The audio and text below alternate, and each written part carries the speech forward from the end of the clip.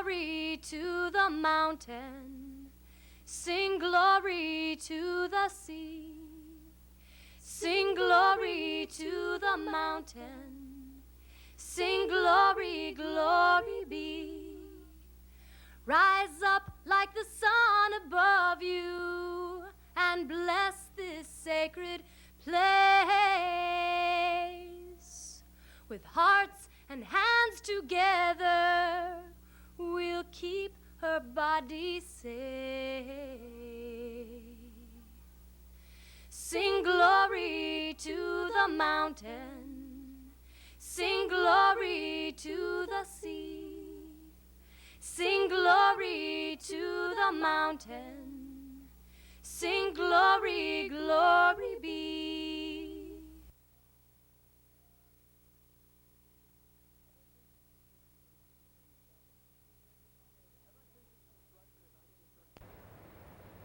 Ever since its construction in 1937, the stretch of Highway 1 at Devil's Slide between Pacifica and Montara in San Mateo County has caused major headaches for local residents.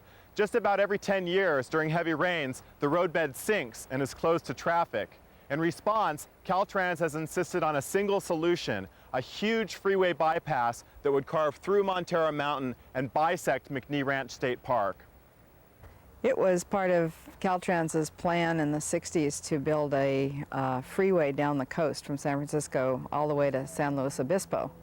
And this was going to be part of a massive freeway system that was going to provide for development of the coast and other areas. And the freeway bypass of Devil's Slide was going to be 4 to 6 lanes wide down to Half Moon Bay Airport and then continue on down the coast. Well, in the 60s, and I guess it was up until the late 60s, people heard about it. They found out what was going on. And in the counties to the south, they all decided, hey, we don't want that. Get that damn thing out of here. So they voted to turn it down. They wouldn't accept it. But in San Mateo County, we had a lot of political pressure. Yes, Henry Dolger had bought a lot of land on the coast around Half Moon Bay that he was planning to develop in the same kind of way that he developed Daly City. But he wasn't the only one who had visions for the coast of development. Half Moon Bay, in those days it was planned that Half Moon Bay would be a city of about 200,000 people by the year 2000. And down around Pescadero, there's supposed to be another 100,000 people. So this freeway was very important to those kinds of plans being implemented. If you build it, they will come. In 1969, the National Environmental Policy Act was passed. And so we told Caltrans that they had to do an environmental impact statement. When I say we, I mean the people on the coast. And there was an El Granada organization, a La Honda organization, there was just another General Save the Coast organization, plus the Sierra Club, the Committee for Green Foothills, and the Committee for the Permanent Repair of Highway 1, and so forth. So we gathered together our attorneys, and we met with their attorneys at a big long table, and all these people, and our attorneys read the law to them, and they told them they couldn't do it. They had to do an EIS. And they said, go jump in the lake, we're not going to do it. So in 1970, land of 1970, they went out to bid, and they were going to build it. So when they went out to bid, we went to court, and all these organizations joined together, and we said they had to do an EIS. And in 1972, the decision came through, they had to do an EIS. And they were mad. They said, we're not going to do it. And so they lost their federal funding, and they lost the state funding, and they lost the federal and state approvals. They had no approvals, and here they had already illegally purchased this part of the right-of-way. They had no right to do that at all. That's against the law. And then in 1972, the people passed Proposition 20, which said we want to preserve the coast, and there should be a coastal plan developed for the whole state to preserve the rural lands of the coast and direct development to a fairly tight-knit urban area. And the legislature specifically says in the Coastal Act that Highway 1 is to remain a scenic two-lane road in the rural areas of the coast, up and down the state. San Mateo's plan was the first county plan to be approved, and it was approved in 1980. And it draws a very firm boundary around the city of Half Moon Bay and these little communities. And that's called the urban-rural boundary. So on the urban side, that's where development should occur. That's where the services are, water and sewer and road capacity. And on the rural side, the land is supposed to be preserved for agricultural use and for protection of other resources, the streams, wildlife, the visual qualities, timber harvesting, preserving of other sensitive habitats.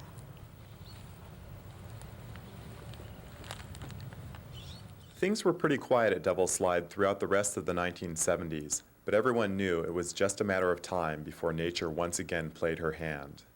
In 1983, during heavy rainstorms, Devil's Slide began slumping towards the ocean and was closed for 87 days. But this time local residents and environmentalists had an alternative to the freeway bypass, a repair known as the marine disposal alternative. The marine disposal alternative was actually originally proposed by Caltrans, and it was actually implemented in a couple places throughout the state. And they came up with the idea that this would be one of the ways to deal with Devil's Slide. The whole idea there is to cut back into the hillside enough so that you relieve the pressure of the slide and put in the appropriate drainage, so that you don't have to worry about the earth movements of the slope carrying the road away. The term marine disposal actually comes from the fact that the material that you move from above the road, you push to the other side of the road, and it builds up above the ocean to sort of extend out from the existing cliff. So some of the material does fall into the ocean. Despite the fact that the marine disposal alternative was first proposed by Caltrans, when Highway 1 closed in 1983, the agency had no intention of building anything but the bypass. This was due in part to a shift in the political climate.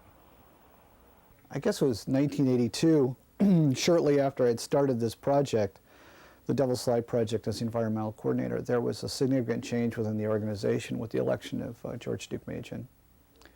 And it really affected everybody. And I guess at the time I was kind of naive about how significant these effects were going to be. And it's probably not by coincidence that George Drekmeier's director of transportation, Leo Trombatori, was the project engineer on the Devil's Slide project when the Sierra Club stopped it in the 1970s. And his assistant engineer, Birch Bechtold, was appointed district director for Caltrans District 4 in San Francisco. And his assistant engineer, Robert Jarlin, was appointed deputy director for project development for District 4. At the time, I didn't know all this and didn't put it together, but I guess if I had, I would have thought, these guys worked on the Devil's Slide project. They believed what they were doing was the right thing. They were sued and stopped on the project, and then after Drekmeier was elected, they're in charge of the organization and we're gearing up to do Devil's Slide. I probably would have thought, well, God, putting all these facts together, this is not a good omen. Things to come. We felt that the best solution would be to dig out the existing slide and move the highway into the mountain. And that was not our idea. It was an idea that was developed by the California Transportation Laboratory of Caltrans. Well, what Caltrans did, they took that report, which had recommended a rather modest project, and they increased the length of the repair from about, I think the repair was going to be about 1,000 feet. And they increased it to 4,300 feet. And when they described this project in the EIS, it was 4,300 feet long. It had a seawall 70 feet high for a length of 4,300 feet. And it was going to move 15 million cubic yards of rock and stuff. And it was going to be, of course, widened to 300 feet, make a 300-foot wide shelf there where the road is now. And this was their project. And of course, it was going to be terribly expensive. It was going to cost more than much more than the bypass. So it was totally impractical, and they threw it out as impractical. In hindsight, you know, maybe we would have come to a different conclusion once we saw how these numbers were sort of, you know, kind of fake. Like the marine disposal alternative, the cost was jacked up really high, and the adopted alignment was really low. And it was apparent that they were playing games with these numbers, and that probably no one really knows how much the cost of the bypass is going to be. And if, you know, my guess it'd be that it's probably at least 10 times more than what Caltrans is saying it's going to be. We have affidavits from people who used to work at Caltrans that they were instructed not to talk to environmental groups, and some of their conclusions that they made in their environmental studies had been altered by people higher up at Caltrans. You know, many of those reports that reflected poorly on the bypass were changed at the last minute rather capriciously by Caltrans management that had no technical expertise in the area that they were changing. I mean, all they're concerned with is delete significant, delete adverse. It's an impact, you know, and in the case of the gross study, they just eliminated the gross study even though the reference was maintained in the draft EIS. Caltrans's EIS, when they finally did do the work, selected the long bypass that they had always wanted to build as their preferred project. There was a huge amount of controversy over this project, and ultimately the Board of Supervisors who had to approve the project, approved a shorter bypass, but it still is the same destructive freeway project through the rural area around Montara Mountain, up and over Montara Mountain, with huge cuts and fills and great damage done to the streams and to the state park. So after that was approved by the county, it had to go to the Coastal Commission for approval, and initially the Coastal Commission rejected it, and then 4 months later, after the county asked the commission to reconsider, one commissioner changed his vote. So it was approved by that one commissioner's change of vote, very narrow approval. The county Board of Supervisors also had approved it on a 3-2 vote. So it was not a winning proposal, really. It's very controversial. It's graded for 6 lanes. It's to be paved for 4 lanes. It's to be striped for 3 lanes, and it's called a 2-lane road. Isn't that wonderful? The freeway bypass was so controversial that a number of environmental and community groups immediately took Caltrans to court, arguing that the road would destroy a state park. The major lawsuit had to do with taking parkland. Well, taking has been defined by the courts as anything that would make it impossible to use the land for a park. So we argued that this would totally destroy the recreational value of the park because it would cut the trail, the major trail, San Pedro, in 12 different places. Well, we won the first, in Judge Peckham's court. He said that it would destroy the scenic, recreational, and environmental quality of the park. That was in his decision. And so we were related. That would mean that they would have to study alternatives. That's what we wanted them to do. Well, they were not about to study it. At any time during this lawsuit, which has gone on for 10 years now, Caltrans could have said, we will make these studies, and the lawsuit would have been ended. That would have been the end of it. They could have stopped that lawsuit, the snap of their fingers, say, we'll make a study. So again, the permanent repair of Highway 1 was put on hold, and things were quiet for a decade until the road began to slide in 1995. When the road closed in January of '95, my most immediate response was one of complete frustration, not only for myself, but for my husband, who had to commute over the hill every day. And his commute jumped to about 3 hours a day. And to solve that, he would get up at 4:30 in the morning. So pretty frustrating for all of us.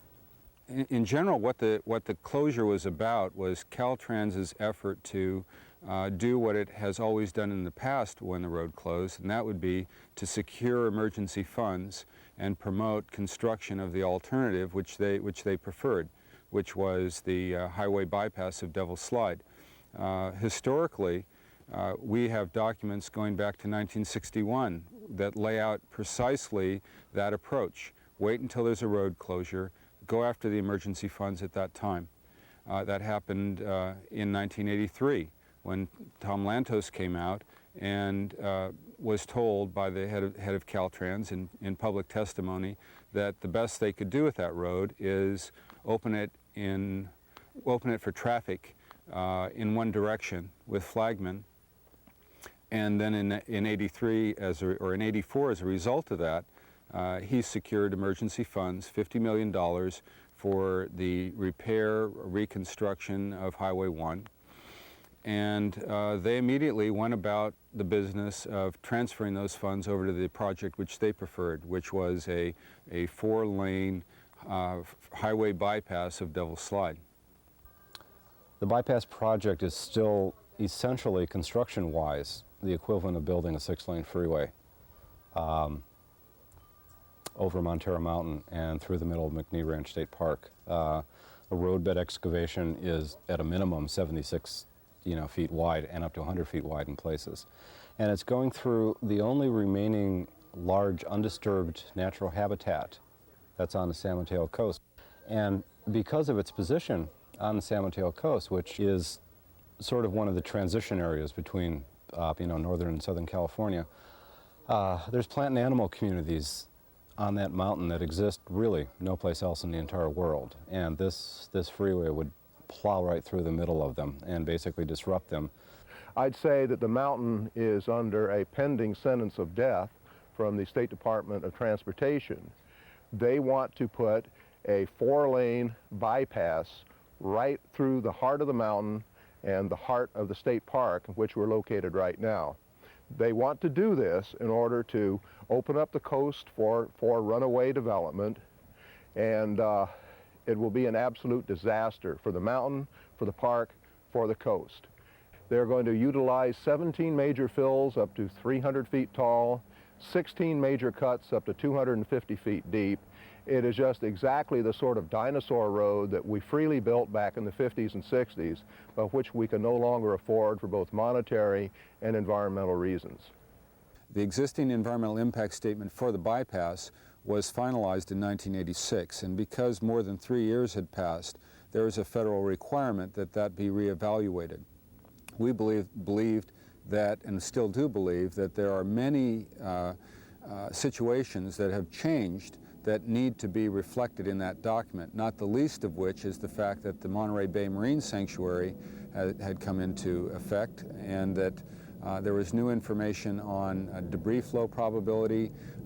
It had been determined that there was a major significant population of steelhead in one of the nearby watersheds, San Pedro Creek, and there was the discovery of an additional endangered species, Hickman's cinquefoil, in the bypass alignment. So we believe that the bypass had enormous environmental hurdles ahead of it. And if Caltrans didn't see it that way, they were certainly going to be seeing it in the form of additional lawsuits. In addition to environmental concerns, many people opposed the freeway bypass for safety reasons. As a matter of fact, early in the century, the main road between Pacifica and the Mid-Coast ran over Montara Mountain, but was moved down to the current alignment because of a major problem with fog at high elevations. But I find it very ironic that people in San Mateo County lived with the road crossing the Saddle Pass for 5 years and couldn't stand that road and wanted to get back to a nice smooth road along the ocean front. And then today, we're back in that same kind of discussion. Should we keep Highway 1 where it is, or should we build a new road over the Saddle Pass? Well, people in 1915, they knew the road over the Saddle Pass was no good. They knew the fog was hideous. They knew the grades were too intense to get a road up over a pass in such a short distance.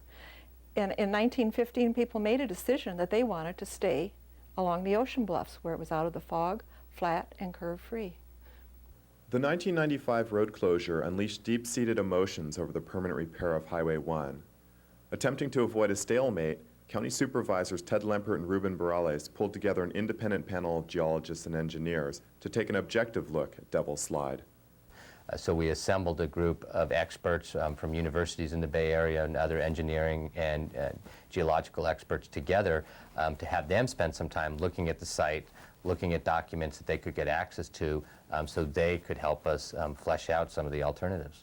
Unanimously, they went around and said, based on their independent look at the site and going through the materials, that they all felt that a tunnel was an alternative, that they were stunned that it had not been fleshed out more thoroughly. And at that time, when the tunnel alternative became public, I think that a lot of people felt that at last there was a solution that would be a compromise for all parties. So the community in general kind of jumped on that idea. I think it was just exciting to have another alternative. After the experts gave their conclusions to us, Supervisor Barales and I wrote a letter to the director of Caltrans saying, here are the conclusions of these 12 experts. We gave them their names and backgrounds and said, obviously a tunnel has not been explored. We could find one paragraph in Caltrans documents over the last 20 years in terms of their official review of a tunnel, and said that we need all their background information on a tunnel, and we need a tunnel to be looked at and studied. And we received a letter back from Caltrans saying that they would not consider our request for information unless the full Board of Supervisors requested it, which was one of the more stunning documents I've ever received. My understanding was that any individual could send a letter requesting information and should get it back from a public agency. And so I was a little surprised when the two of us as supervisors wrote officially to request it, and we're essentially told no. And so it was at that point we did the only thing we could do, and we took it to the full board and said, Caltrans is saying they won't give us any information and won't look into a tunnel any further unless the full board asks them. And we were unsuccessful in March of '95 in getting that to occur. I certainly, along with many fellow citizens, was completely outraged that the Board of Supervisors could possibly, that any elected official could possibly vote against providing information to the public about a possible solution at Devil's Slide. A lot of people were angry, and I guess I kind of took some of that anger home myself, and I said, well, I want to get to the bottom of this. I want to know what is the mystery with this information and why can't we get it. So I called up Caltrans and I said, look, I have some of these documents and they refer to other documents. Where are those documents? How can I get these things? Well, they said, well, we'll fax you some stuff. So they faxed me over about 11 pages of material. And I said, well, is that all there is? And they said, yeah, that's it. And I'd read through all the documents. There's more documents here. Each of these documents refer to more documents. And I kept calling them back, and they, oh, well, we found a few more things. And they faxed me over about another dozen pages, and amidst that was this Roberts memo. And I sat on it all weekend, and I was looking at this thing, and I said, well, geez, it shows that these guys had studied the tunnel in '74, and '83, and '84, and then they looked at it again in '93, and here the tunnel was coming out much cheaper than the Caltrans spokesman was saying it was. What was interesting here, too, is that they tried to say that it had to be either a twin-bore tunnel.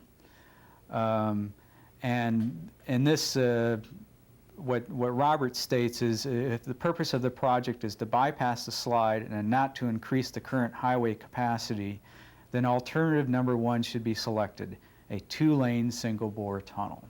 And when the tunnel idea, hit the streets, people became very enthused about this and wanted more information about it. And subsequently, as more and more volunteers and people got interested in the issue, we got a little more sophisticated and very shortly thereafter got a model. Okay, this model shows a section of the mid-coast that goes from Linda Mar in Pacifica to the chart house in Montara. This is the current alignment of Highway 1 as we have it now. This is the Devil's Slide, the section where we have the road collapsing when we get the heavy rains every 10 or 12 years.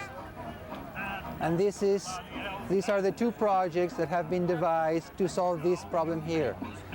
Caltrans wants to build a 4.5-mile long bypass going through Shamrock Ranch in Pacifica and McNeil Ranch State Park. The tunnel instead will be less than a mile long, will be leveled, will have only a 1% grade, and as tunnels are, is much more stable during earthquakes. One of the things that convinced me is I talked to several engineers about earthquake safety and found out that the tunnel is the safest place during an earthquake. You look at structures all around the Bay Area that fell during the Loma Prieta earthquake, the Cypress structure and 280 in San Francisco, they all fell down. But all the other tunnels in the Bay Area, the Caldecott, the Waldo, the Presidio, not a single tunnel had any damage. Even the BART tunnels were totally fine. Basically, the tunnel has a number of selling points. Safety, we believe it could be built more quickly, and we believe it could be built for less money than the bypass. I took it on myself to go to the Chamber of Commerce and suggest that they host a forum just to essentially give a chance to really look at the two options fairly and squarely. And we had representatives of Caltrans and Federal Highway Administration, and we had an independent tunnel firm that had not had any experience with the issue at all, also an environmental consultant. And in any case, we had an excellent forum in which the issue was really discussed very objectively. And again, the message was compelling that the tunnel just appeared to be a most viable solution. In August of 1995, the Federal Highway Administration finally required Caltrans to take another look at the tunnel. But from the beginning, the Caltrans study was anything but objective. Their official response to the Federal Highway's request for a study was, sure, we'll study a tunnel and show that it will not work.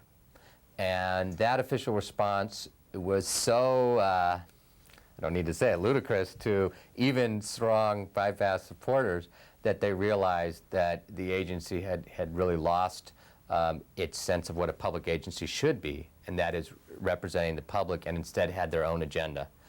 Caltrans is making all the major decisions, as is its habit when it comes to double slide. Caltrans will determine the tunnel width, which is the same thing as saying the tunnel cost. Caltrans will determine which tunnels are safe. They have already publicly declared that our 46-foot tunnel is unsafe, even though it's wider than any tunnel in the Bay Area except for the Treasure Island Tunnel. And although there are no standards whatsoever which would say that our tunnel is unsafe, Caltrans has just arbitrarily declared it to be unsafe.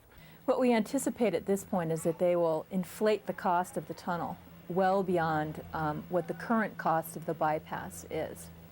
In an effort to give the people a say in the permanent solution for Devil's Slide, Save Our Coast and Citizens Alliance for the Tunnel Solution came together to launch a citizen initiative that will appear on the San Mateo County ballot in November 1996. It was a rousing success. We qualified the initiative with almost 35,000 signatures. We needed 22,000. And again, this is a clear indication of how excited people in the county are about this solution. The initiative will amend the local coastal plan and will authorize the construction of a tunnel rather than the bypass. Right now, the bypass is in our land use plan as the preferred alternative, with very little objective evaluation behind that. All the initiative does is make the tunnel the preferred alternative. What I love about it is it's in the hands of the people at this point. All we need to do as a community is rise up, vote for Measure T, and we'll have a solution. I'd like to show my children and all those yet to come a place where they can go to restore their mind and soul. Sing glory to the mountain. Sing glory to the sea. Sing glory to the mountain. Sing glory, glory be.